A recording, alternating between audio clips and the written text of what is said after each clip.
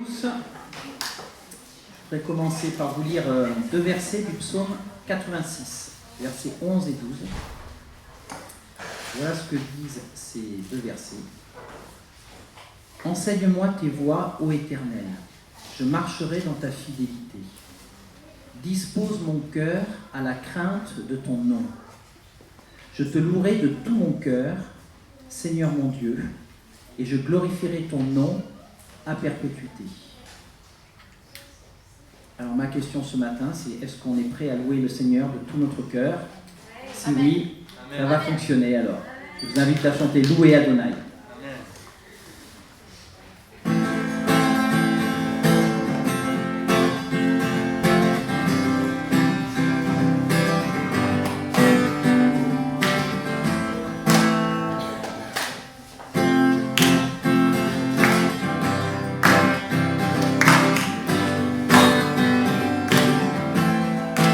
Il est semblable au lion à l'agneau, assis sur le trône. Les monts s'inclinent, l'océan rugit devant le Seigneur. Louez Adonai, du lever du soleil et jusqu'à la fin du jour. Louez Adonai, toutes les nations du monde, tous les anges et tous les saints te louent.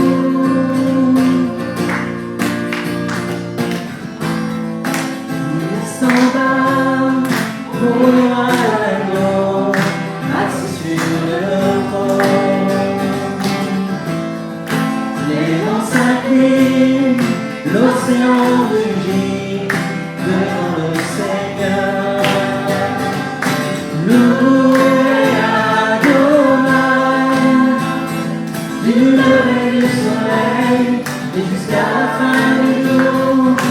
Louez Adonai, toutes les nations du monde, tous les anges et tous les saints te louent.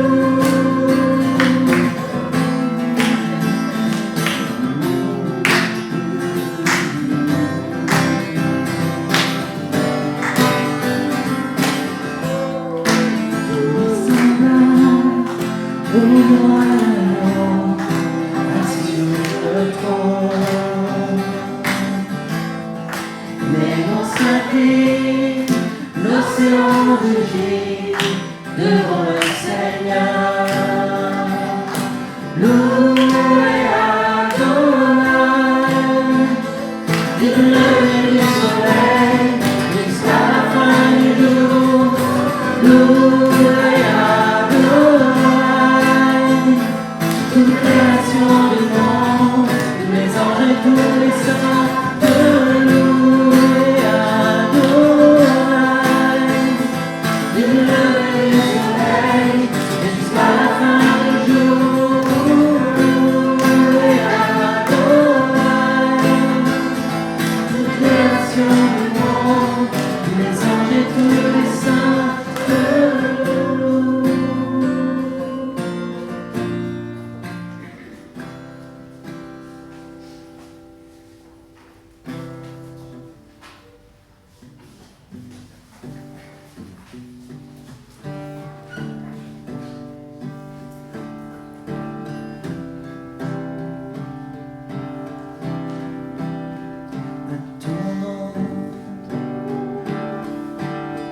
Les monts vacillent et s'effondrent.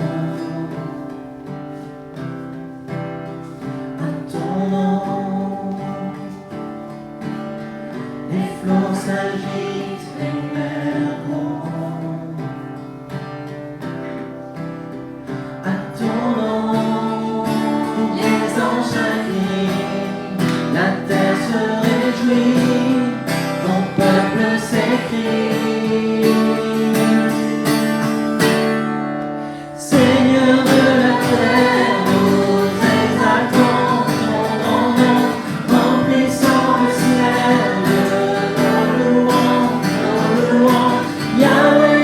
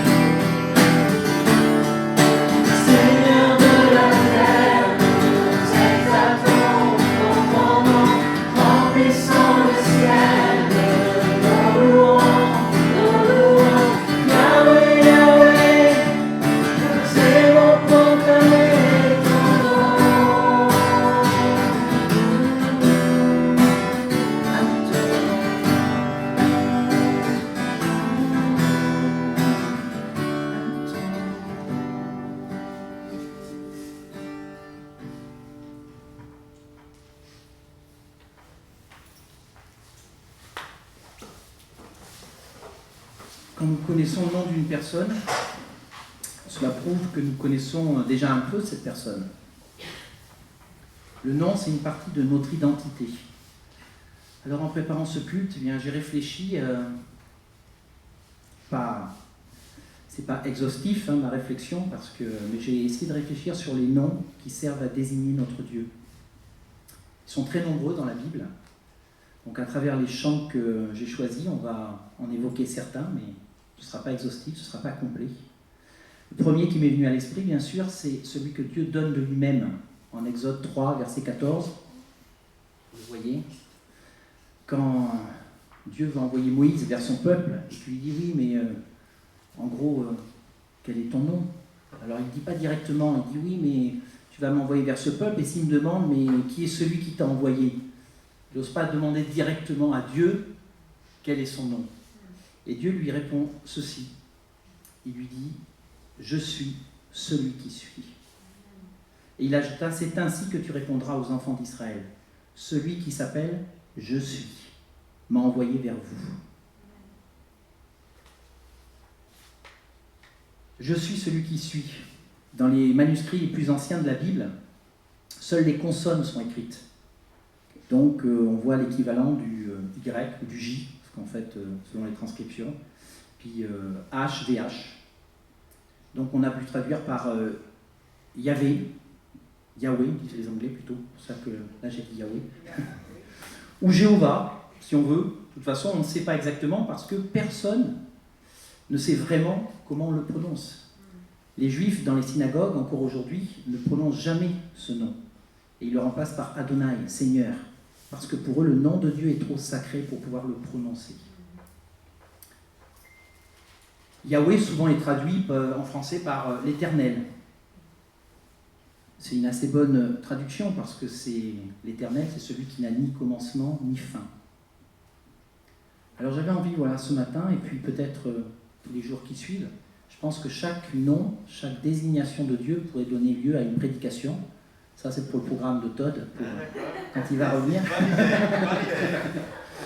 Mais je pense qu'il est bon de réfléchir un peu sur ces noms de Dieu parce qu'ils nous révèlent un petit peu de sa personne. À travers les 2 premiers chants que nous venons d'entonner, nous avons déjà chanté de nombreux termes qui permettent de désigner Dieu. Je vous les donne, vous les avez notés. Il y a le lion, l'agneau, Adonai, Seigneur, Seigneur de la terre, Yahweh, Jésus notre Dieu. Et on va en chanter d'autres par la suite. Je n'ai pas le temps de m'attarder sur chaque terme, mais chaque terme nous révèle un petit peu quelque chose de Dieu. Jésus est le lion de Juda, mais un lion qui s'est rendu agneau, agneau sacrifié pour mon péché, pour votre péché. On a chanté aussi « Jésus est notre Dieu ». J'ai lu qu'aux États-Unis, mais je crois que c'est vrai en France malheureusement, alors j'ai lu ça dans un article, c'est plutôt dans les églises non dénominationnelles, évangéliques, que 60% des chrétiens n'étaient pas en accord avec cette vérité, ou en tout cas n'avaient pas compris cette vérité, que Jésus était Dieu. J'ai été étonné parce que pour moi c'est un des fondements de la foi. Alors si on peut en douter, il suffit de lire l'évangile de Jean. Il commence par la parole, c'est-à-dire Jésus, était avec Dieu et la parole était Dieu. À la fin de l'évangile de Jean aussi, il y a Thomas qui dit « Mon Seigneur et mon Dieu ». Et puis, il y a de nombreux passages dans l'évangile de Jean, en particulier le chapitre 8, où Jésus, à plusieurs reprises, se désigne comme étant l'Éternel. Alors on n'y fait pas attention dans nos traductions parce que, je vous lis le verset 24 par exemple, du chapitre 8 de l'évangile de Jean. Jésus dit « C'est pourquoi je vous ai dit que vous mourrez dans vos péchés, car si vous ne croyez pas que je suis », alors nos Bibles des fois traduisent « ce que je suis », mais en fait il reprend exactement les mêmes termes que l'Éternel dans 3,14. « Je suis ». Il parle en araméen. Les Juifs de l'époque ont bien compris. Et juste après, ils disent « Mais qui es-tu » C'est-à-dire « Mais c'est pas possible, qu'est-ce que tu es en train de faire ?» Toi, un homme, tu dis que tu es l'Éternel, Yahweh, sans commencement et sans fin. Plusieurs fois d'ailleurs, Jésus, à cause de ces paroles, va être lapidé. Il va échapper, mais plusieurs fois les Juifs veulent le lapider, parce qu'ils disent « Mais tu blasphèmes, c'est pas possible. » Donc Jésus s'est bien approprié ce terme. Donc Jésus, on l'a chanté dans le chant, mais c'est tout à fait biblique. Jésus est bien notre Dieu. À travers les 4 chants suivants, nous allons encore découvrir de nombreux termes qui désignent Dieu. Allez, je vous les donne. Le roi, commencement et fin. Le Père, le Fils, l'Esprit. Seigneur de l'univers, agneau de Dieu, notre Père, le Seigneur, l'Esprit, l'Esprit Saint. Et enfin, Jésus, l'époux bien-aimé. Todd, dans son message, va nous aider à comprendre en particulier, je pense, ce terme de l'époux. Donc ma prière ce matin est que nous nous approprions un petit peu tous ces termes qui évoquent notre Dieu, afin que nous puissions les méditer, les employer dans nos prières, et que nous puissions comprendre un peu plus qui est notre Dieu. Je vous invite à chanter les 2 chants suivants, qui sont Le Roi dans sa splendeur et Ton nom est grand.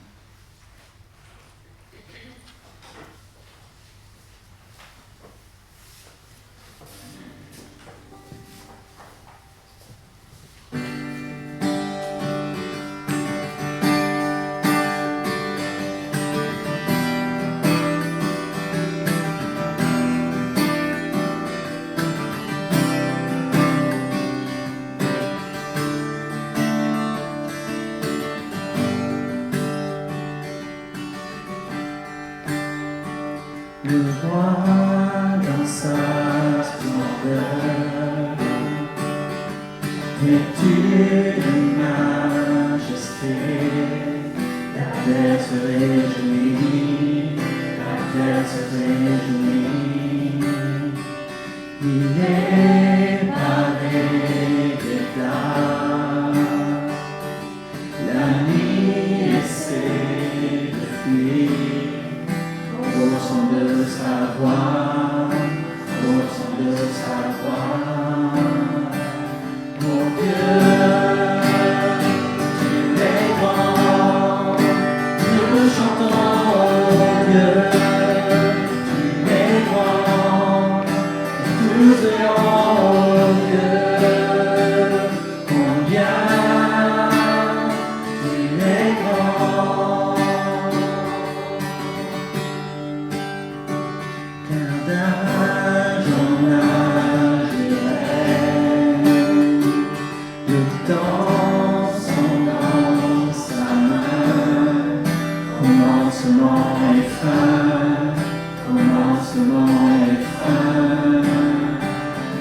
Père, le Fils, l'Esprit,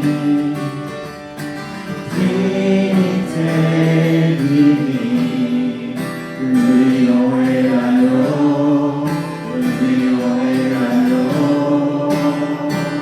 Oh Dieu, tu es grand, nous chantons, oh Dieu, tu es grand, nous verrons, oh Dieu, combien tu es grand.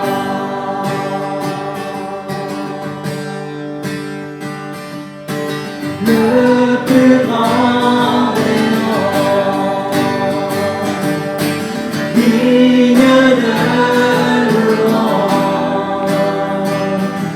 mon cœur s'écrie, oh Dieu, tu es grand.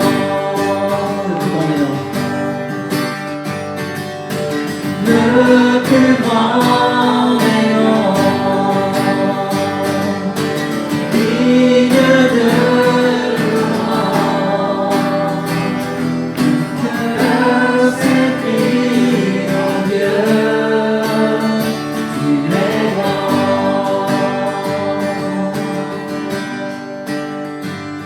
Oh Dieu, tu es grand. Nous chantons, oh Dieu, tu es grand. Et tous aimons, oh Dieu, combien tu es grand.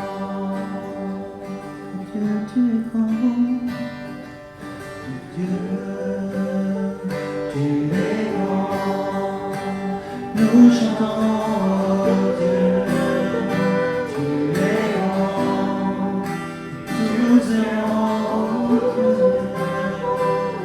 combien tu es grand.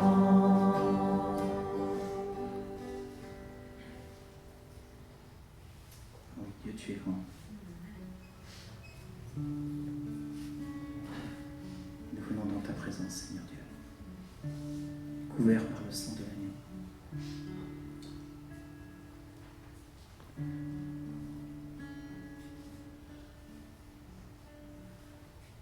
Je viens dans ta présence, Seigneur de l'univers.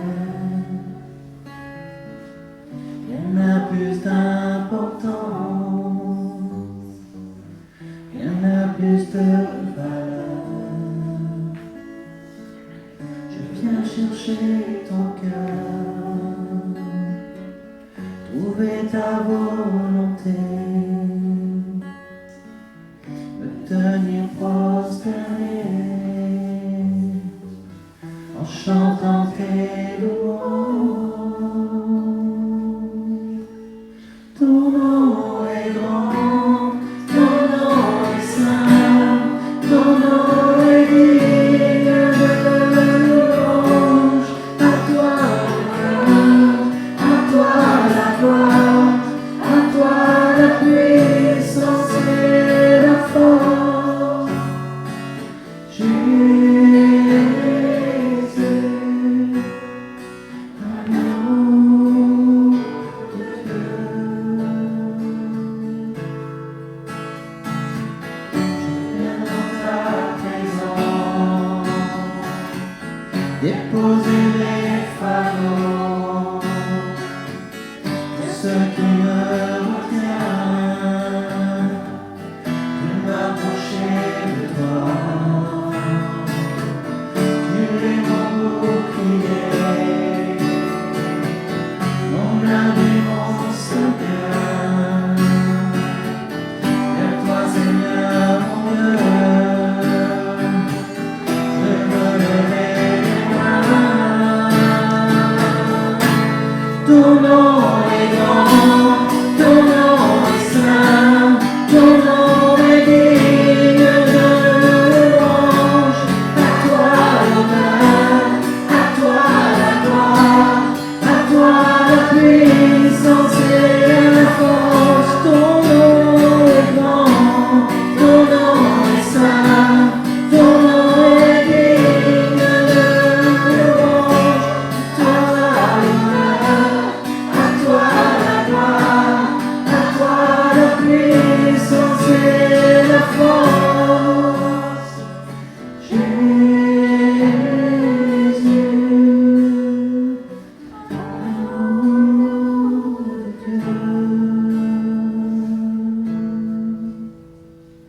ton nom est grand, ton nom est saint, ton nom est digne de louange.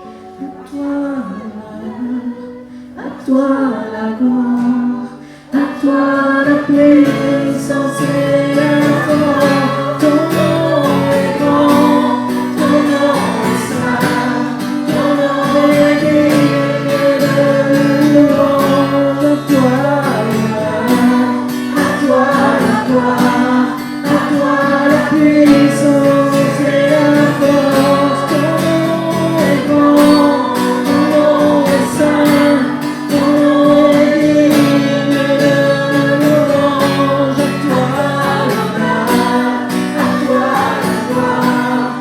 toi la puissance et la force. Jésus, agneau de Dieu.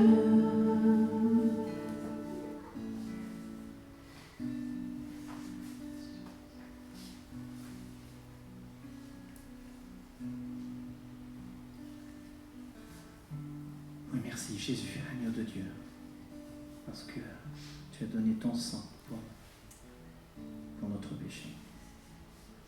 Il n'y a pas d'autre moyen par lequel nous soyons justifiés. Seulement par ton sang, Jésus. Non pas par nos œuvres. Personne ne peut se glorifier devant l'Éternel, le Très-Haut, le Dieu Saint. Mais Jésus, nous venons à toi parce que nous sommes couverts par ton sang. Et ce matin encore, nous voulons nous souvenir du sacrifice que tu as accompli pour chacun d'entre nous. Nous voulons nous souvenir de ce dernier repas que tu as pris avec tes apôtres, mais en disant que tu reviendrais. Parce que nous allons ce matin encore nous souvenir de ta mort, mais aussi de ta résurrection.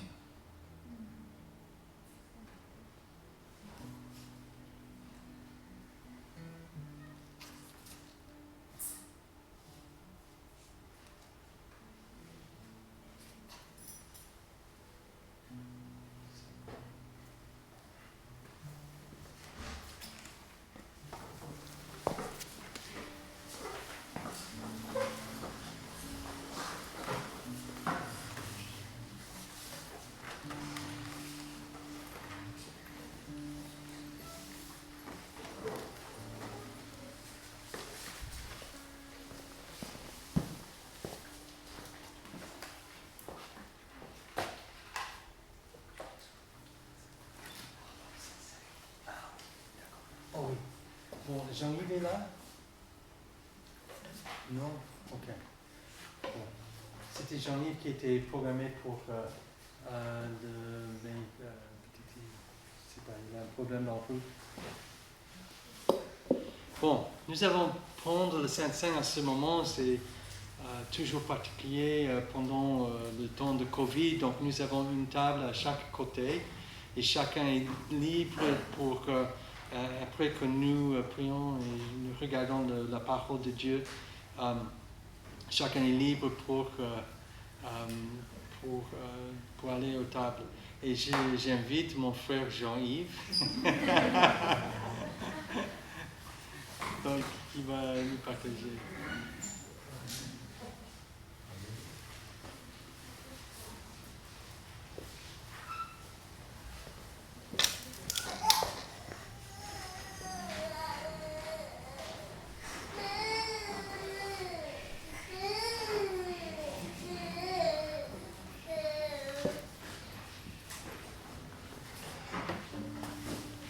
Bonjour. On a dû rebrousser chemin tout à l'heure parce que j'avais oublié d'éteindre le four, donc on n'était pas loin. Mais... Ceci explique cela. Je vous invite à ouvrir vos Bibles dans l'évangile de Luc, au chapitre 22.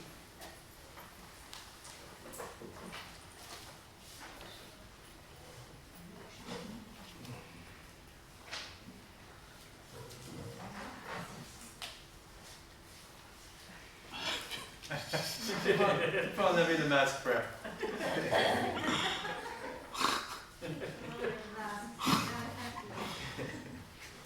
Je suis comme un tuba là. Je pensais un peu à la scène ce matin et les réflexions que je me faisais, c'est qu'aujourd'hui on s'apprête tous à festoyer Noël, qui est une très bonne nouvelle, parce que c'est la venue, c'est en fait la venue du Seigneur. Et ça a cogité un peu dans ma tête, et de voir la grâce qu'on a, parce que Jésus est venu. Et Jésus est venu et nous sommes invités à sa table. La table de la réconciliation. J'aime bien l'évangile de Luc parce qu'il est dit, voici la coupe de la nouvelle alliance, à mon sang. Et c'est vrai que nous, quand nous lisons ça au XXIe siècle, on ne comprend pas forcément. Mais il y a une prophétie qui a été donnée dans Jérémie 31. Il dit, après cela, je ferai avec la maison d'Israël, la maison de Juda, une nouvelle alliance. Et le peuple les 10 tribus avaient été dispersées par l'Empire assyrien. Et c'était une promesse de restauration.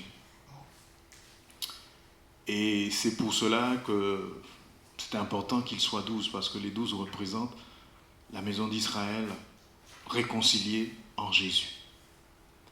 Et l'évangile de Matthieu nous parle de son sang qui a été versé pour tous ceux qui acceptent Jésus comme Sauveur Seigneur, ont part à l'alliance que Dieu a faite avec la maison d'Israël. Donc, cette invitation à la scène, c'est une réconciliation où Dieu nous réconcilie avec lui. Et la scène est un moment très important parce que ça a aussi une portée prophétique. Il y a aussi la venue du Seigneur. Enfin, son retour. Mais il doit retourner, c'est qu'il est venu. Et ce matin, en passant à la scène, nous rappeler que si nous sommes là, c'est parce que Jésus est venu. Et que beaucoup de monde s'apprête, même le gouvernement a réfléchi, est-ce qu'il faut annuler les fêtes? C'est une fête très importante. Même si le monde ne croit plus en Jésus. Mais le calendrier grégorien, c'est après Jésus-Christ. Tout le monde reconnaît que Jésus est venu. Donc, ce matin, c'est une bonne nouvelle pour nous de passer à la table du Seigneur. Mais avant tout cela, il faut aussi qu'on regarde dans nos cœurs,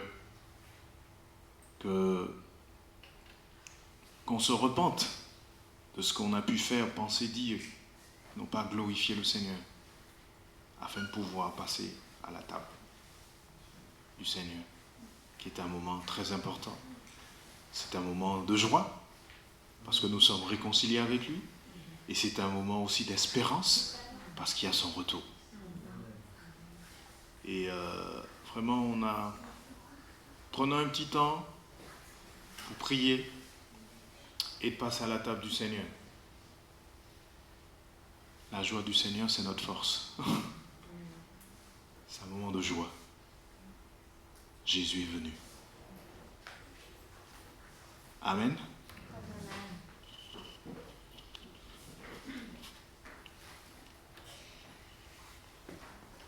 Juste un mot, quel est le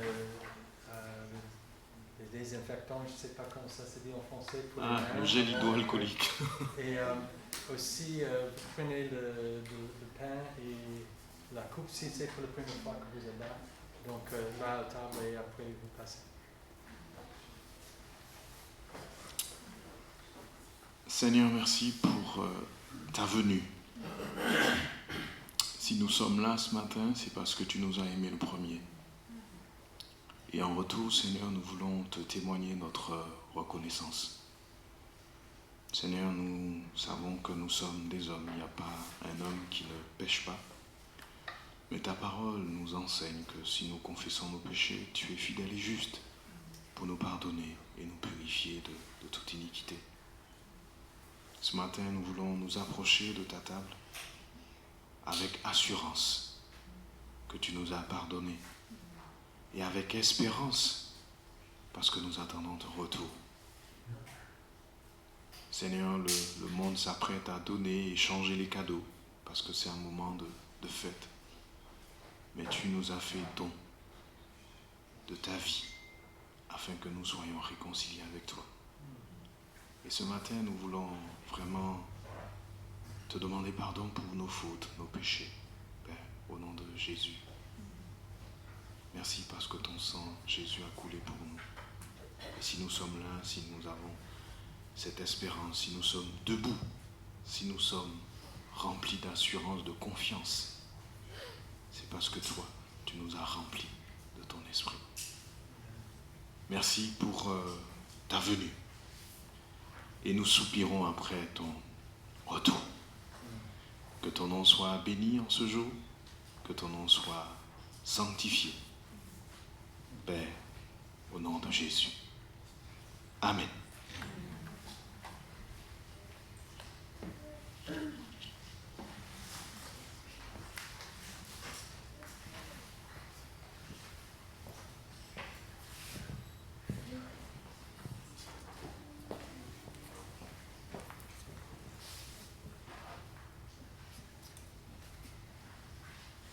Donc, à tour de rôle, pendant que les premières personnes iront prendre la Sainte Seine, je propose un autre chant.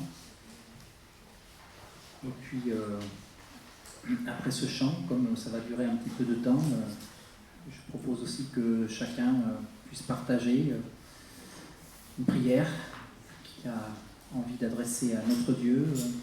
Ça peut être aussi un verset biblique, ça peut être une pensée que vous avez reçue cette semaine et que vous avez la conviction de partager avec l'Église.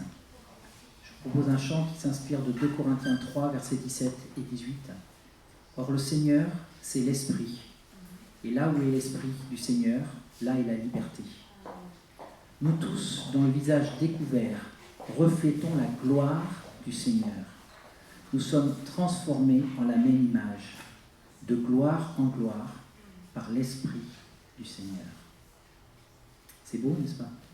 Ça, c'est un passage. Nous reflétons la gloire de Dieu.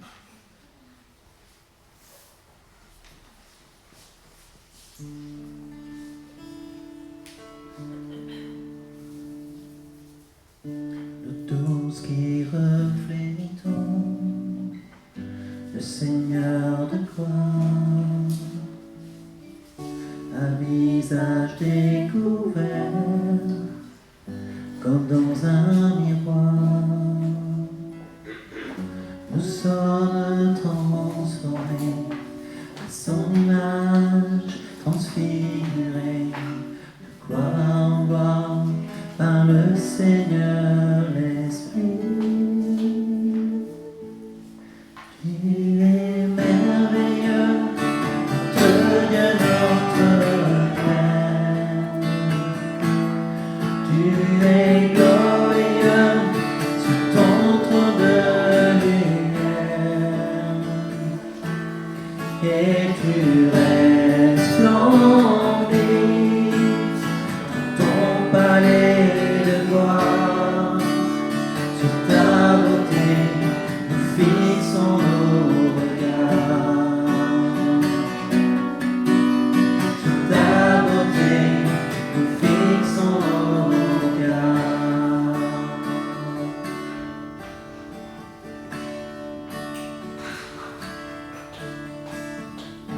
Nous tous qui reflétons le Seigneur de gloire, à visage découvert comme dans un miroir. Nous sommes transformés à son image, transfigurés de gloire en gloire par le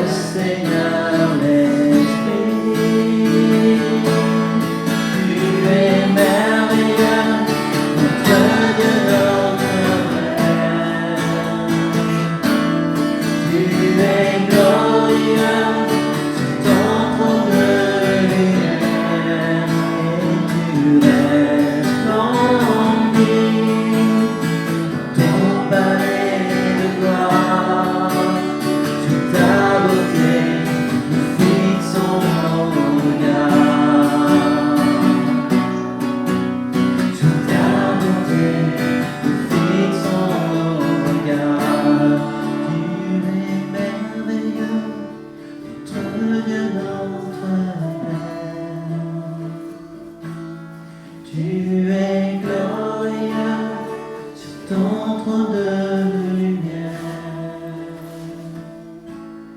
et tu resplendis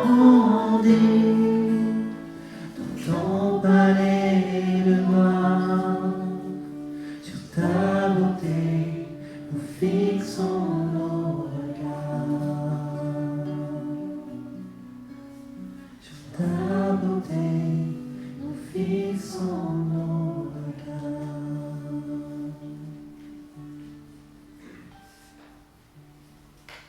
Et Jésus, nous fixons sur ta beauté nos regards.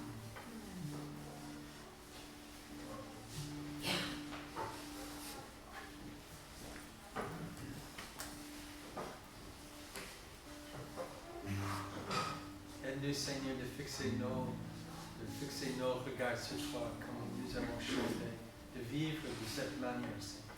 Amen.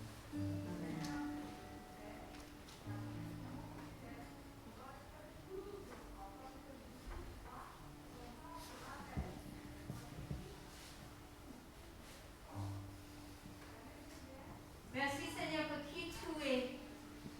Merci Seigneur pour qui tu es dans mon cœur. Merci Seigneur pour qui tu es dans cette église, ce corps de Christ. Nous voulons te honorer aujourd'hui pour qui tu es. Glorifie ton nom. Amen.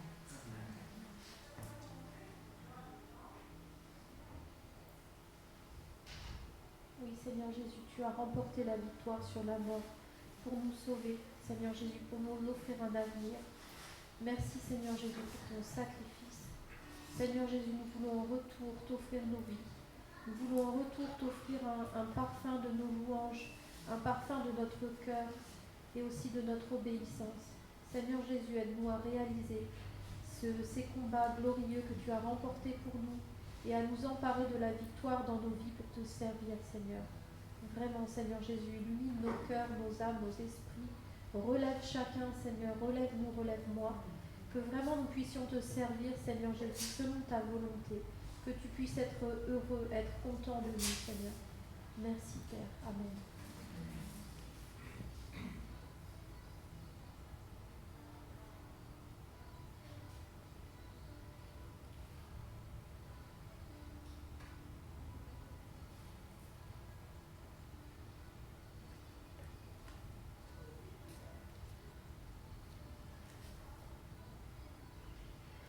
Tu es merveilleux, notre Dieu, notre Père.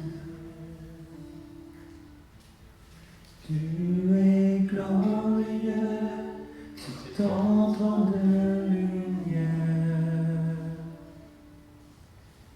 et tu resplendis dans ton palais de gloire. Sur ta beauté, nous fixons nos regards.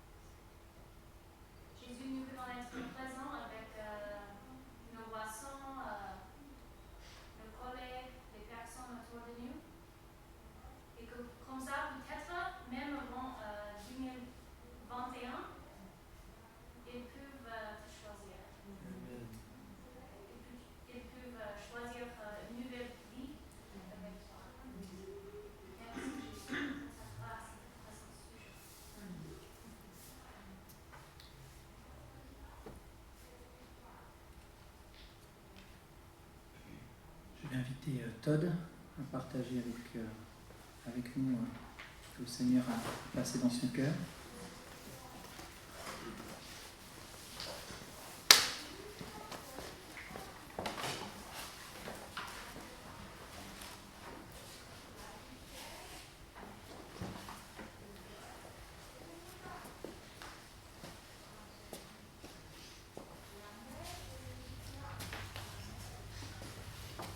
Bonjour à toutes et tous, c'est toujours une joie d'être ensemble.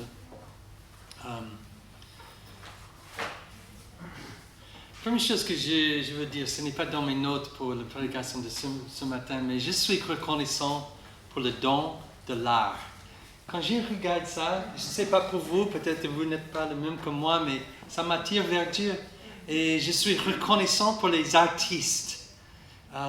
Et donc, si vous êtes artiste dans notre Église, aidez-nous de savoir comment nous pouvons impliquer davantage l'art dans tout ce que nous faisons. Donc, c'est juste une petite pensée qui est venue comme ça ce matin. Mais merci Seigneur pour l'art. Amen. Ce matin, nous allons continuer notre série de messages sur l'Église. Qu'est-ce que c'est l'Église? Qui sommes-nous? Quelle est notre identité? Qu'est-ce qui est l'essentiel dans nos croyances et nos pratiques? Et nous avons déjà vu que l'Église est la famille de Dieu, ensemble pour aimer et être aimé.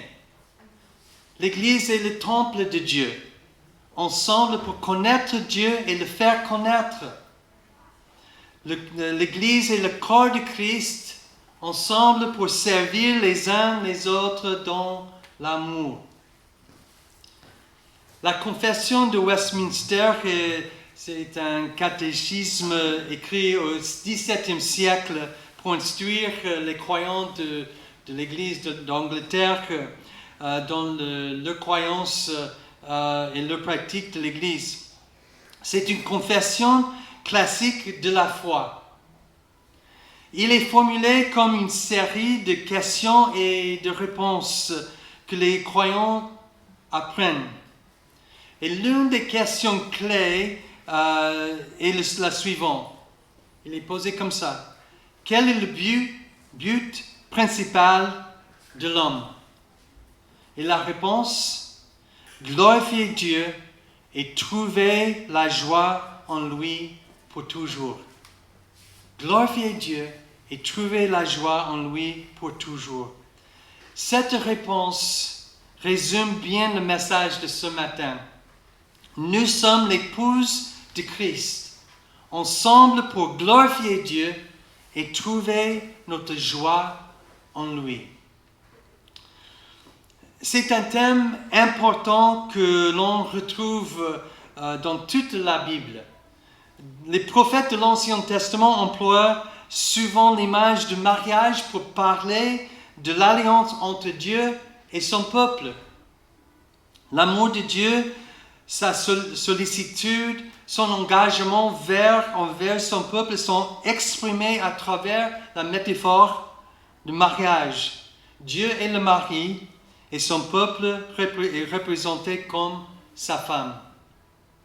Et ceci est bien exprimé dans le livre d'Osée, le prophète Osée, où la relation entre le prophète et sa femme est comme dépeinte, cette relation entre Dieu et son peuple.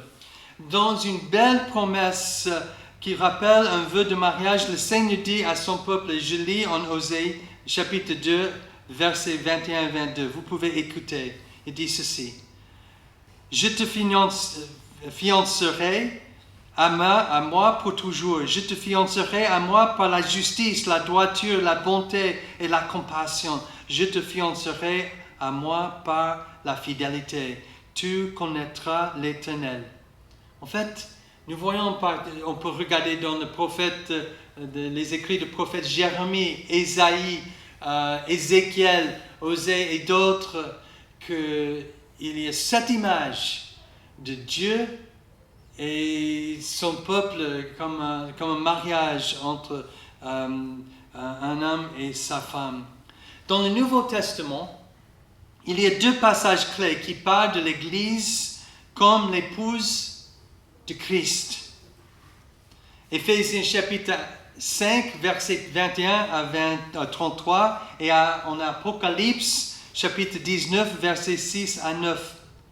Et ce qui me frappe lorsque j'étudie ces 2 passages, c'est que cette union entre le Christ et son épouse est marquée par la gloire et la joie. Et ce matin, nous allons regarder ces 2 passages pour comprendre comment devenir une belle épouse pour Jésus. Ma prière pour cette Église est que nous reflétions d'une belle manière la gloire et la joie de Dieu. Bon, permettez-moi d'abord de prier et on va continuer dans ce message.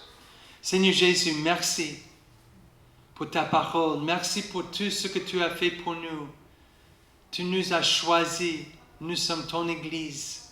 Et merci Seigneur Jésus. Je prie que tu sois avec moi pour exprimer ce que tu as mis dans mon cœur, ce qui est dans ces passages, pour édifier ton peuple. Je prie pour ton aide, même en français, pour m'exprimer.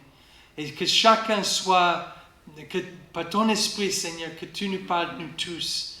Peut-être pas tout ce qui est dans le message, mais au moins une chose qui nous touche et qui nous transforme un peu plus en ton image. Sois avec nous, Seigneur. Nous prions en ton nom. Amen. Nous allons commencer par le passage en Éphésiens. Nous sommes beaucoup en Éphésiens ces dernières semaines parce que la lettre écrite aux Éphésiens, c'était vraiment le thème principal, l'un des thèmes principaux, c'est l'Église.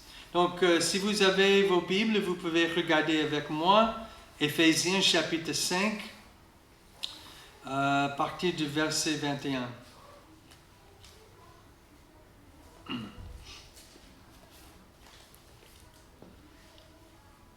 C'est un enseignement sur le mariage institué par Dieu.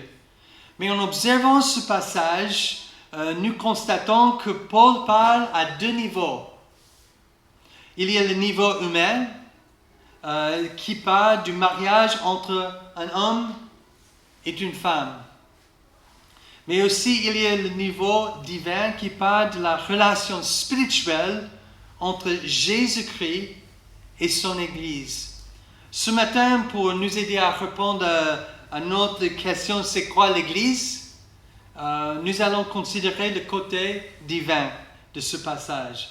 Permettez-moi de lire notre passage. Je vais commencer au verset 21. Ce qui est intéressant dans ce texte, au verset 22, le verbe soumettre n'est pas là. C'est juste pour nous aider que les traducteurs ont mis le verbe là. Donc je commence au verset 21, qui est adressé à toute l'Église d'abord. Il dit ceci, Paul. « Soumettez-vous les uns aux autres dans la crainte de Dieu. » Maintenant dit, femmes, soumettez-vous à votre mari comme au Seigneur, car le mari est le chef de la femme, comme Christ est le chef de l'Église, qui est son corps et dont il est le sauveur. Mais tout comme l'Église se soumet à Christ, que les femmes aussi se mettent en tout à leur mari. Marie, aimez votre femme, comme Christ a aimé l'Église. Il s'est donné lui-même pour elle, afin de la conduire à la sainteté, après l'avoir purifiée et lavée par l'eau de la parole, pour faire paraître devant lui l'Église glorieuse, sans tache, ni ride, ni rien de semblable, mais sainte et irréprochable. C'est ainsi que les maris doivent aimer leur femme comme leur propre corps. Celui qui aime sa femme s'aime lui-même. En effet, jamais personne n'a détesté son propre corps. Au contraire, il le nourrit et en prend soin, tout comme le Seigneur a fait pour l'Église. Parce que nous sommes les membres de son corps, formés de sa chair et de ses os. Et c'est pourquoi l'homme quittera son père et sa mère, s'attachera à sa femme, et les deux ne feront qu'un. Ce mystère est grand et je dis cela par rapport à Christ et à l'Église. Du reste, que chacun de vous aime sa femme comme lui-même et que la femme respecte son mari. Maintenant, nous voyons dans ce texte, il y a deux niveaux. Le texte humain, le niveau humain entre l'homme et sa femme, et le niveau spirituel entre Christ et son Église. Ce qui rend ce texte un peu compliqué aussi, c'est le fait que Paul il mélange les métaphores. Il parle de corps de Christ, mais aussi il parle de l'épouse de Christ. Et donc ça donne un petit challenge aussi pour comprendre ce texte. Mais ce que nous voyons ici est que le mariage est une image de la profonde union entre Jésus-Christ et son Église. L'apôtre Paul explique cette union que je viens de lire au verset 21, quand il dit que, et ça il cite Genèse chapitre 2, verset 24, la parole qui était annoncée aux noces d'Adam et Ève dans le jardin d'Éden. Donc il dit ceci encore, c'est pourquoi l'homme quittera son père et sa mère, s'attachera à sa femme et les deux ne feront qu'un. Et Paul continue au verset 32 en disant que ce mystère est grand et je dis cela par rapport de quoi? À Christ et son Église. Tout comme le mari et la femme forment une seule chair, il en va de même pour le Christ et son Église. Nous sommes unis à Jésus. Un bon mariage exige les deux se complètent et contribuent au bien de l'autre. Donc, si le mariage va vraiment aller comme il faut, et si le mariage va être marqué par la joie, chacun a besoin de remplir son rôle et ses responsabilités. Donc, notons d'abord le rôle, le côté de Christ dans ce passage, le rôle de Marie. Jésus est le mari, et je vais noter 1, 2, 3, 4 choses. 4 choses sur le mari. D'abord, Jésus est le mari qui dirige son couple. Au verset 23, nous voyons que Paul dit que Jésus est la tête. Il est celui qui dirige. Christ et son Église forment une seule chair. Et tout comme la tête est pour le corps, Jésus est pour l'Église. Comme nous avons, la semaine dernière, nous avons parlé de l'Église, le corps de Christ, et nous avons développé ce thème.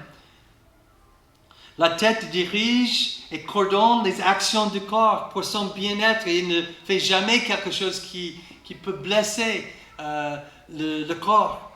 Donc Jésus est la tête et c'est pareil pour Jésus et son Église.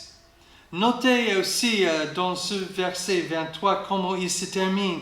Il dit que Christ est le chef de l'Église qui est son corps dont il est le sauveur. Et on va en parler plus après. Mais Jésus n'est pas un chef qui est méchant. Il est un chef qui a donné sa vie pour son épouse. Il est un chef qui veut sauver, un mari qui veut sauver sa femme. Et il veut diriger d'une manière qui est toujours pour le bien de son épouse. Donc Jésus est le mari qui dirige bien son couple. Jésus est aussi le mari qui aime sa femme. Nous voyons aussi également dans ce passage que Jésus a un grand amour pour son épouse. Verset 25, il dit ceci, « Marie, aimez votre femme, comment? Comme Christ a aimé l'Église. Il s'est donné lui-même pour elle. » Encore cette idée de sauveur. Christ a aimé. Et son expression d'amour, Jésus, son expression d'amour n'était pas un amour de parole seulement, mais de l'action. D'action. Il n'y a pas une expression de l'amour plus grande, de donner ma vie pour quelqu'un d'autre. Et ça, c'est ce qu'il a fait pour nous. Il nous aime, il a donné sa vie pour nous. Et Jésus l'a fait sur la croix de Calvaire. En Romains chapitre 5, il nous en parle. de chapitre 8 qu'il nous aime avec tellement ce grand amour. Jésus aime son épouse. Elle est précieuse à ses yeux. Il aime son Église, son épouse, qui est nous. Quel est notre regard sur l'Église? Cela me rend triste quand les gens parlent mal de l'Église. On aime étiqueter, bon, je ne sais pas si je prononce bien ce verbe, on aime étiqueter les autres avec un regard négatif. Ils sont les baptistes, ou ils sont les charismatiques, ou ils sont les catholiques, ou les choses avec un air négatif. Ou parfois, j'entends les remarques comme « l'Église est malade ». Ça me rend triste quand j'entends ces choses. Souvent, de telles remarques sont dites avec un air critique plutôt qu'avec un air de compassion. Si elle est vraiment malade, tant mieux de l'aider au lieu de la critiquer. N'est-ce pas? Si ma femme est malade, je ne veux pas que tu dises « Ah, ta femme est malade ».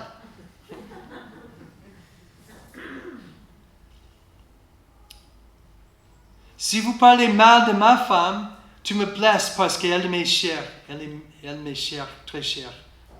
Et quand nous parlons contre l'Église, quelle que soit l'Église, nous parlons contre l'épouse de Christ.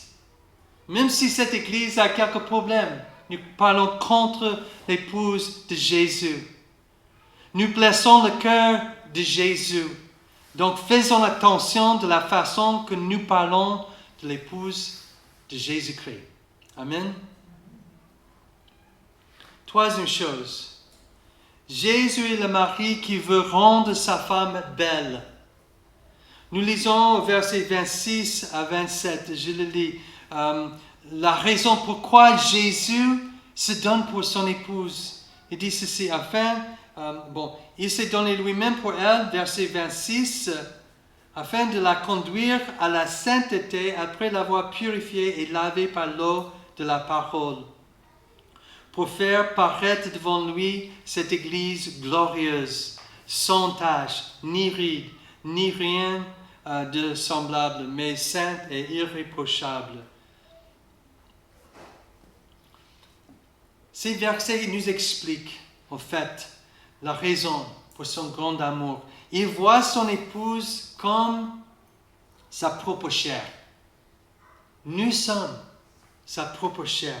Si elle souffre, Jésus souffre. Si elle est insultée, Jésus est insulté. Si son Église a faim, Jésus a faim. Les deux sont un. Nous pouvons compter sur Jésus pour pouvoir aux besoins de notre Église. Quels sont les besoins dans notre Église? Est-ce que nous avons encore des personnes pour servir d'une manière ou d'une autre? Il va pouvoir. Est-ce que nous avons besoin d'un bâtiment?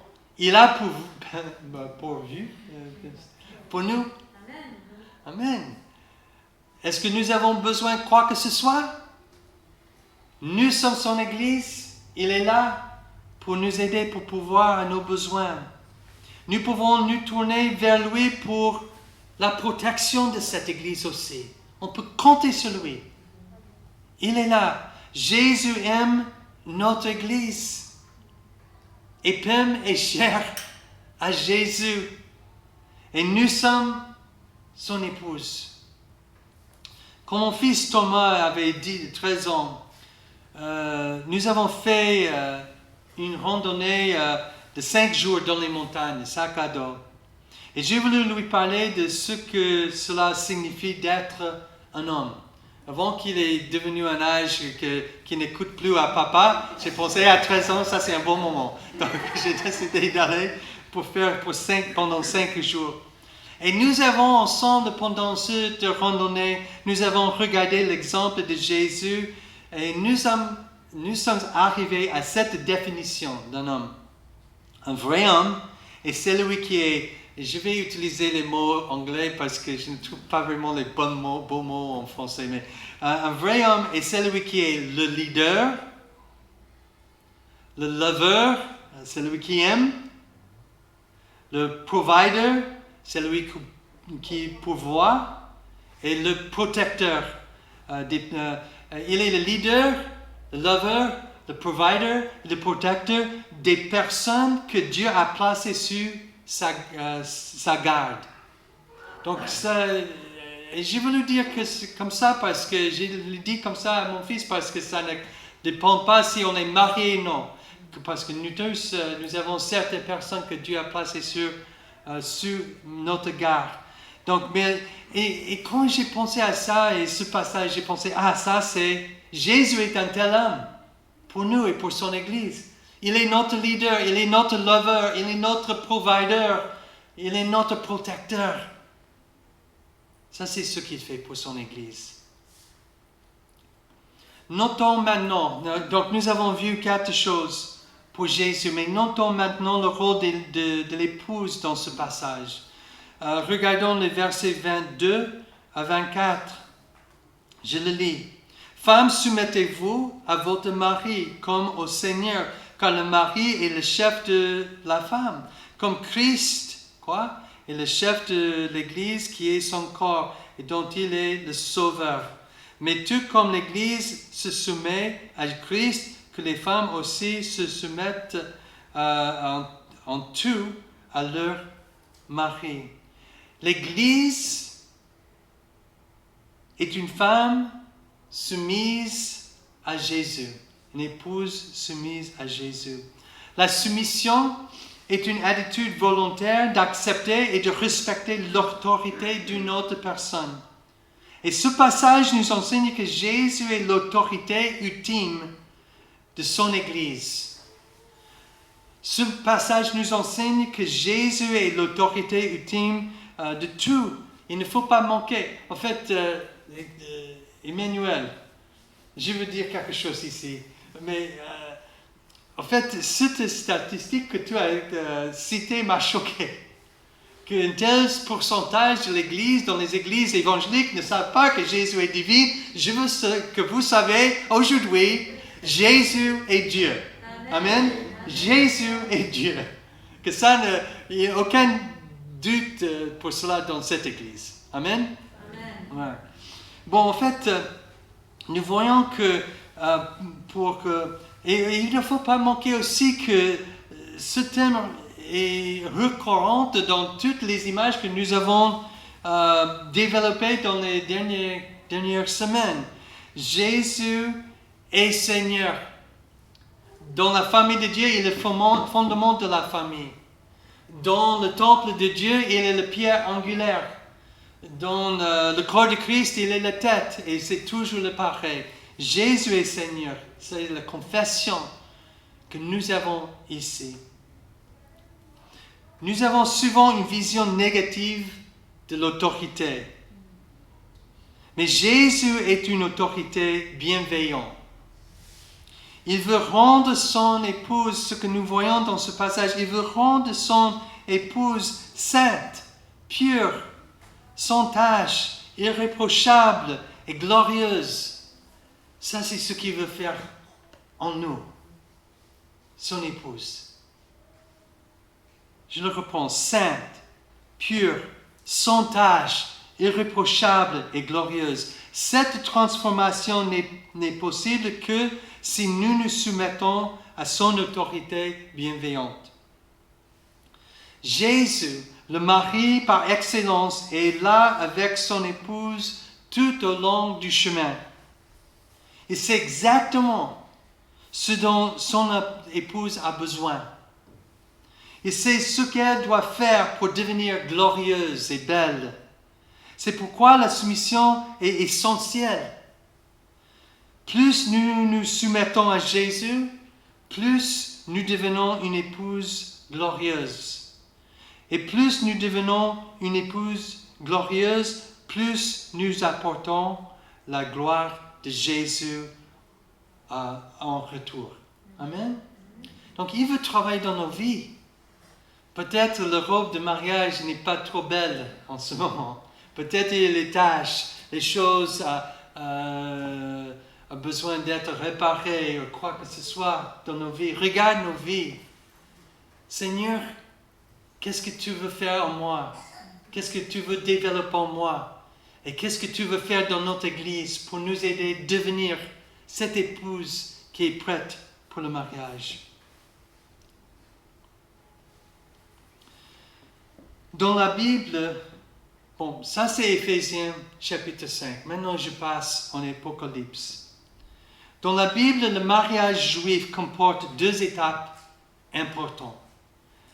Les fiançailles, l'accord du mariage promis, et la cérémonie du mariage proprement dit. Ces 2 événements étaient souvent séparés par une longue période, souvent un an, pendant lequel les couples restaient fidèles l'un à l'autre en attendant la cérémonie pour finaliser le mariage. Les temps des fiançailles, c'est ce dont parle Éphésiens chapitre 5, ce que nous venons de dire. Maintenant, dans cette vie, et ce que Paul dit en Éphésiens 5, c'est le moment de fiançailles. Mais la grande cérémonie pour finaliser le mariage arrive. Et ça, c'est ce que nous voyons ici en Apocalypse. Donc, si vous avez vos Bibles encore, retournez en Apocalypse chapitre 19. Regardez l'Apocalypse chapitre 19. Nous allons, dans une minute, je te demande, en fait, tu peux venir déjà dans une minute. Nous allons lire ce passage. Mais ce passage, maintenant, explique les choses qui vont arriver à la fin du temps. C'est le grand moment de joie quand Jésus, l'époux, vient prendre son épouse. L'Église est enfin prête à entrer dans l'union tant attendue avec le Seigneur Jésus-Christ. C'est ce que nous attendons.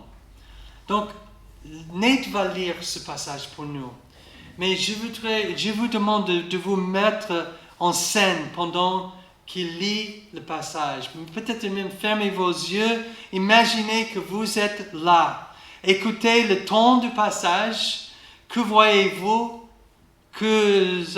Qu'attendez-vous dans ce passage? Nate, est-ce que tu peux lire? Apocalypse 19, 5 à 9. Oui, Apocalypse 19, 5 à 9. Oui. Une voix sortit du trône et dit : Louez notre Dieu, vous tous, ses serviteurs, vous qui le craignez, petits et grands. Et j'entendis comme la voix d'une foule immense. Elle ressemblait au bruit de grosses eaux, au grondement de forts coups de tonnerre. Et elle disait : Alléluia, car le Seigneur, notre Dieu Tout-Puissant, a établi son règne. Réjouissons-nous, soyons dans la joie, et rendons-lui gloire, car voici venu le moment des noces de l'agneau, et son épouse s'est préparée. Il lui a été donné de s'habiller d'un fin lin, éclatant, pur. En effet, le fin lin, ce sont les œuvres justes des saints. L'ange me dit alors : Écris, heureux ceux qui sont invités au festin des noces de l'agneau. Puis il ajouta : Ces paroles sont les véritables paroles de Dieu.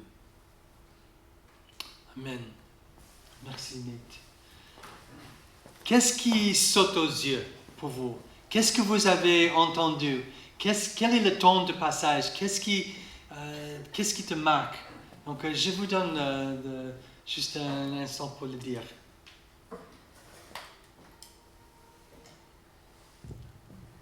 Moi, quand j'entends ce passage, j'imagine une foule, Okay. une foule de gens qui louent Dieu, qui sont unis, qui sont dans la paix de Dieu, qui sont devant Dieu, qui le louent, Ouais. et quelque chose d'extraordinaire, de phénoménal, de beau. Amen. Voilà. C'est une grande assemblée de toutes couleurs, de toutes nations, de toutes races. On ne peut même pas voir la fin, ça doit être extraordinaire. Oui, c'est ça. Ok. D'autres choses qui sautent aux yeux pour vous. Une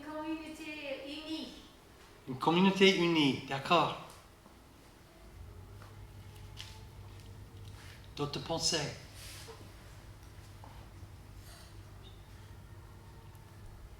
L'épouse qui sera sans tâche.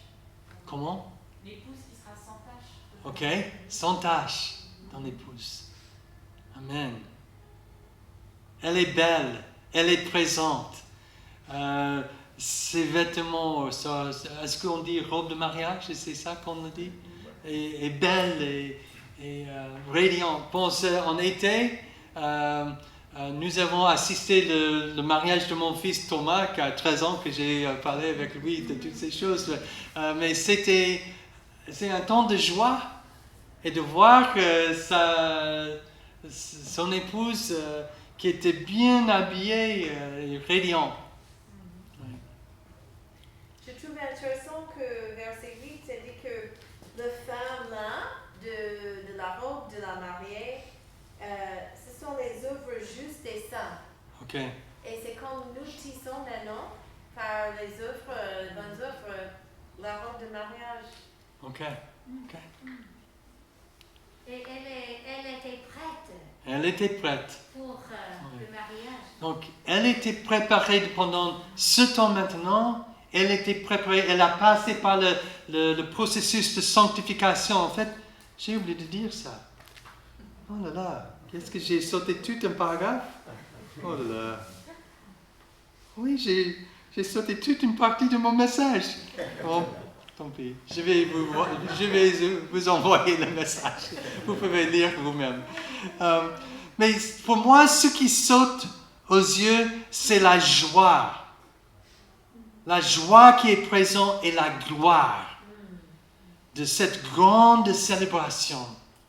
Nous sommes l'épouse de Christ et c'est cette joyeuse cérémonie qui nous attend. C'est notre grande espérance. En fait, l'apôtre Pierre en parle, chapitre 1 de 1 Pierre. Bon, je vais rapidement regarder. Il parle des fins de temps, le retour de Jésus et ces moments dont nous sommes en train de regarder en Apocalypse. Il dit au verset 8, vous l'aimez, il parle de Jésus, vous l'aimez sans l'avoir vu.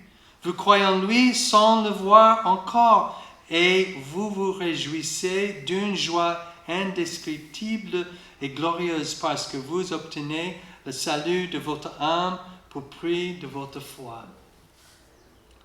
En fait, cette vie est le moment de fiançailles et nous préparons pour cette merveilleuse cérémonie de mariage qui va arriver. Il est le temps maintenant de veiller à ce que nos vêtements de mariage ne soient pas tachés, froissés, souillés. Si nous nous soumettons à Jésus-Christ, notre Sauveur et Seigneur, alors nous serons prêts. Alors, que le fête commence. Amen. Que le fête commence. Je veux dire Amen, Amen, Alléluia. Et l'autre mot qui parle de fin de temps, c'est Maranatha. Amen. Que ça arrive. Mais ce que je voudrais que vous soyez, que vous connaissez, nous sommes son épouse précieuse. Nous sommes cette église. Ça, c'est vrai pour toutes les autres églises, mais même si nous ne sommes pas parfaits, même si nous avons... et vrai, ça, c'est toute une partie que j'ai voulu... bon, je vous envoie, et je vous demande de lire. Ne regarde pas toutes les fautes de grammaire, mais lire cette partie que j'ai oublié de dire, d'accord? Mais nous sommes son église. Donc, ce message conclut notre série sur l'église. Qui sommes-nous? Qu'est-ce que l'Église? Qu'est-ce qui est essentiel dans nos croyances et nos pratiques? Si quelqu'un vient chez toi au travail ou je ne sais pas où et dit mais qu'est-ce qui est l'Église? Dis-moi comment est ton Église? J'espère que vous sortirez une feuille de papier, ok? Et qu'est-ce que est la première chose que nous allons faire? Un cercle. Et qu'est-ce que nous allons mettre au centre du cercle? Une croix pour le diviser en 4 parties parce que l'Église est fondée sur la confession de Jésus-Christ est Seigneur. Et je vous divisez en 4 parties. La première partie, l'Église est quoi? Famille. La famille de Dieu, ensemble pour faire quoi? On ne sait pas. Aimer et être aimé. Ensemble pour aimer et être aimé. Bon, il faut mettre ça. Donc, il faut réviser avec le note que je vous envoie, d'accord? La deuxième chose, le temple de l'Église est le temple de Dieu. Vous savez, ensemble pour connaître Dieu et le faire connaître. Amen. Amen. Et le corps, l'Église est le quoi? Corps de Christ. Corps de Christ. Ensemble pour faire quoi? Servir les uns les autres dans l'amour. Ok? Et aujourd'hui, l'Église et l'épouse de Christ, ensemble pour glorifier Dieu et trouver notre joie en lui. Ce n'est pas les programmes. Tous les programmes ils sont importants. Mais ce n'est pas le bâtiment, ce n'est pas toutes ces choses normalement quand on regarde l'Église. Ce qui est important est que nous soyons une Église d'amour d'abord. Si tu as une position officielle ou pas, vous pouvez aimer. Et vous allez remplir le devoir. Cherchez à connaître, appelez un autre frère sur le téléphone juste pour partager. En fait, cette semaine, il y a quelque chose que Dieu m'a dit, et j'ai grandi dans ma connaissance de Dieu. Partagez, ou partagez avec quelqu'un d'autre qui ne connaissent pas Jésus-Christ. Servir les uns les autres, il y a plein de moyens de le faire. Et l'épouse glorifier Dieu. Je n'ai pas même touché sur la louange, l'importance de la louange dans l'Église. Et ça, c'est peut-être quelque chose que nous pouvons développer dans les semaines à venir. Et trouver notre joie en Dieu. Souvent, nous pensons, je pense qu'il y a pas mal de gens qui regardent le christianisme comme quelque chose de lourd. Mais en fait, au fond des choses, c'est la joie. Dieu est un Dieu de joie. Donc, vivre la joie ensemble. Amen. Amen. Nous sommes son Église. Seigneur, merci pour tout. Merci pour tout ce que tu fais pour nous. Nous te glorifions. Et Seigneur, aide-nous cette journée de trouver notre joie en toi. Je prie en ton nom. Amen.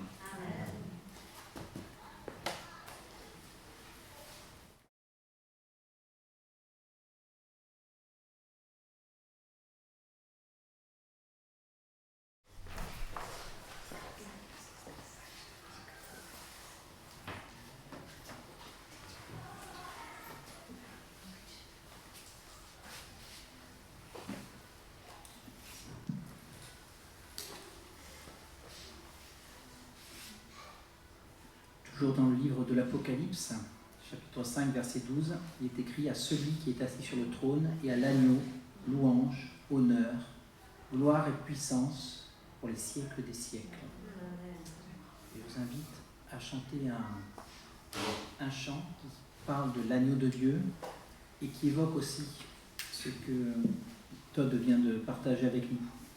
C'est que si Jésus est l'époux, nous sommes son épouse.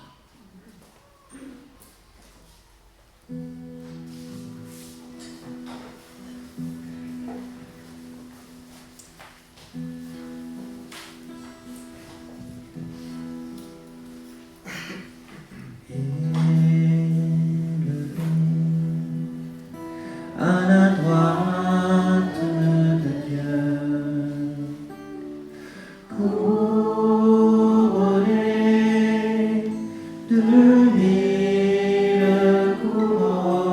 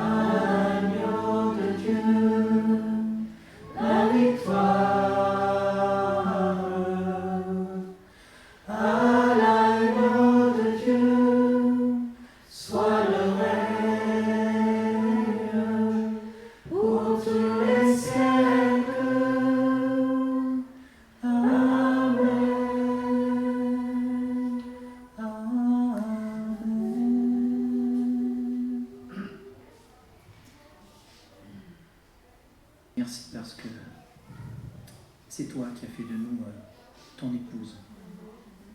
Seigneur, c'est parce que tu nous as lavés, c'est parce que tu nous as sanctifiés, c'est parce que tu nous as purifiés que nous pouvons nous approcher de toi. Toi l'époux, toi le bien-aimé. Seigneur Dieu, fais remplir l'amour que tu as déposé dans nos cœurs, non seulement cette semaine, mais dans les mois, les années qui suivent. Que l'église locale de Myrignac et aussi que toutes les églises, Seigneur, qui sont ton épouse, puissent être remplies de ton amour pour pouvoir te redonner un peu, Seigneur, de ce que tu nous as donné. Que ton nom soit glorifié. À toi la gloire, Seigneur Jésus. À toi la gloire, agneau de Dieu. Amen.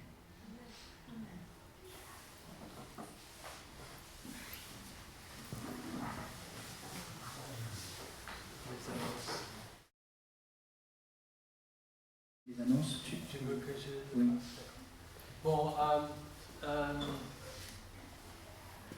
on a essayé de commander un box pour le 4G ici dans la chapelle pour capter mieux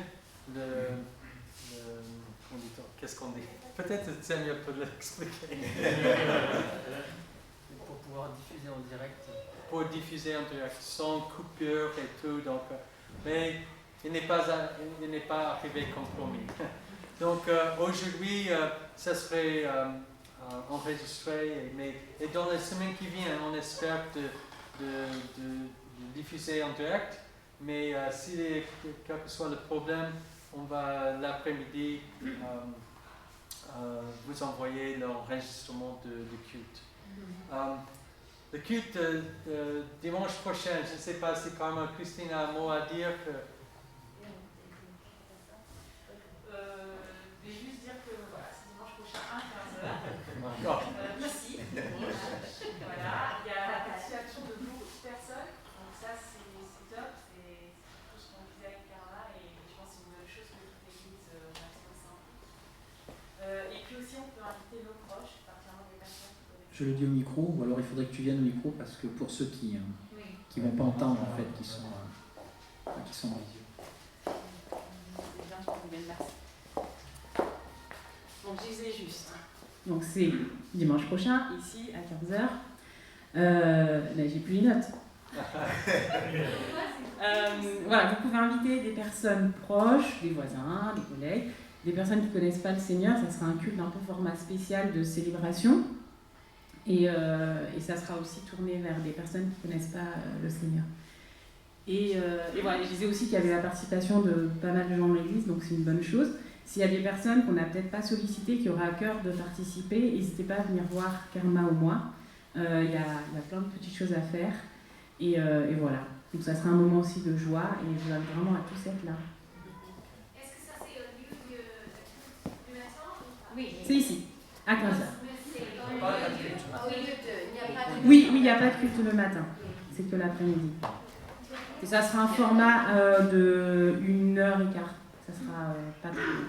Il n'y a pas de culte.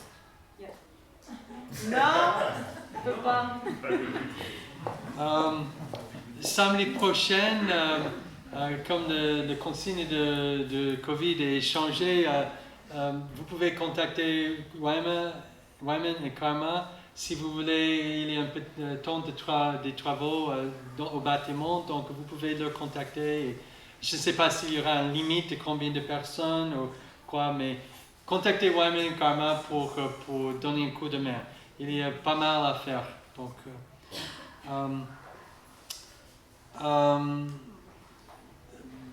si ça vous intéresse de devenir membre de l'église, vous pouvez envoyer à moi ou Thierry, contacter par mail. Et on est en train de développer les choses pour vous donner le processus pour devenir membre.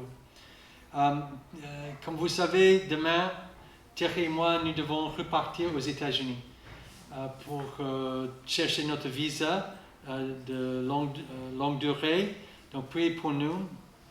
Nous serons toujours ce n'est pas comme avant, maintenant nous sommes là, on va diriger à distance, on va assister les groupes de maison, faire les conseils et tout ce qu'on a besoin de faire, mais nous ne serons pas là jusqu'à ce que nous pouvons avoir notre visa. Donc priez pour nous, nous avons vraiment espérance en Dieu que ça ne dure pas et que nous serons là en janvier. Mais priez pour nous. Comment? C'est demain ou mardi? En fait, demain soir, ou après-midi, nous devons aller à Paris. Nous avons hôtel net l'aéroport parce que le matin, nous prenons le vol. Donc nous partons de Bordeaux demain et nous partons de la France vendredi. Mardi. Ah. Ah là là, oui, c'est le masque, c'est le masque. J'avais une autre... Oui. Bon, juste les clés pour la chapelle sera avec Daniel et Brigitte. Et aussi, s'il y a un problème ou quelque chose, la chapelle de Daniel, je vais te donner le numéro de Père Christophe, donc vous pouvez le voir. Donc, ça ne veut pas dire que chaque fois Guy doit rester jusqu'à la fin. S'il part, ils habitent proches et vous pouvez redonner les clés à eux, mais le matin ils vont ouvrir et cela. Bon, Jean-Yves, j'avais un autre, mais j'oublie aussi, donc viens. Ah oui. Merci, qui l'a dit? Toujours j'oublie. Mais c'est vrai que c'est un aspect important de l'Église pour faire vivre et pour fonctionner. Nous avons besoin toujours de vos dons. Donc n'oubliez pas, nous avons une boîte sur la table. Vous pouvez mettre vos offrandes là. Ou nous avons envoyé et on va re-envoyer le RIB de l'Église pour que vous pouvez faire directement comme ça. Donc ça fait partie de notre service à Dieu, notre adoration de Dieu. Chacun a sa part à faire dans tout cela aussi. Jean-Yves. C'est bon, vous êtes parti? Est-ce que je prends? Ah non,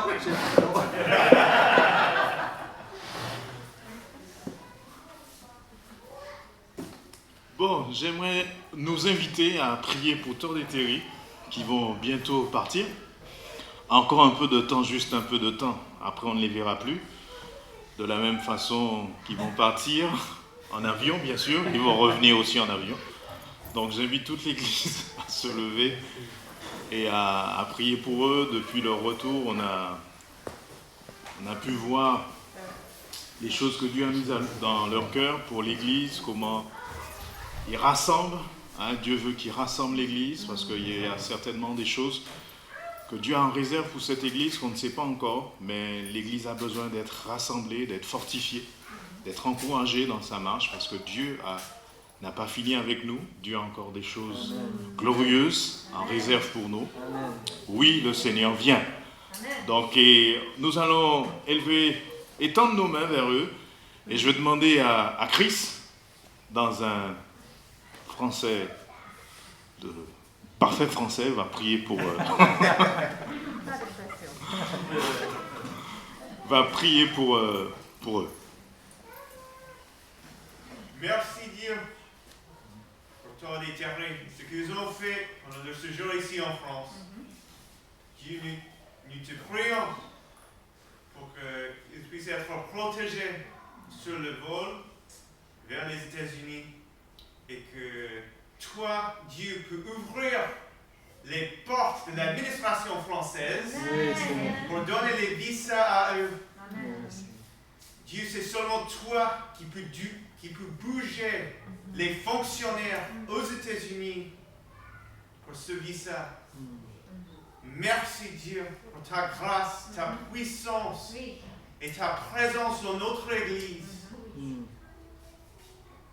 Que nous soyons réunis bientôt avec notre chers frères et sœurs à cause de cette grâce. En ton nom, je prie Jésus. Amen. Merci. Donc on peut donner la note de 21 sur 20 à Chris. Bravo. Bon dimanche à tous. Bon dimanche.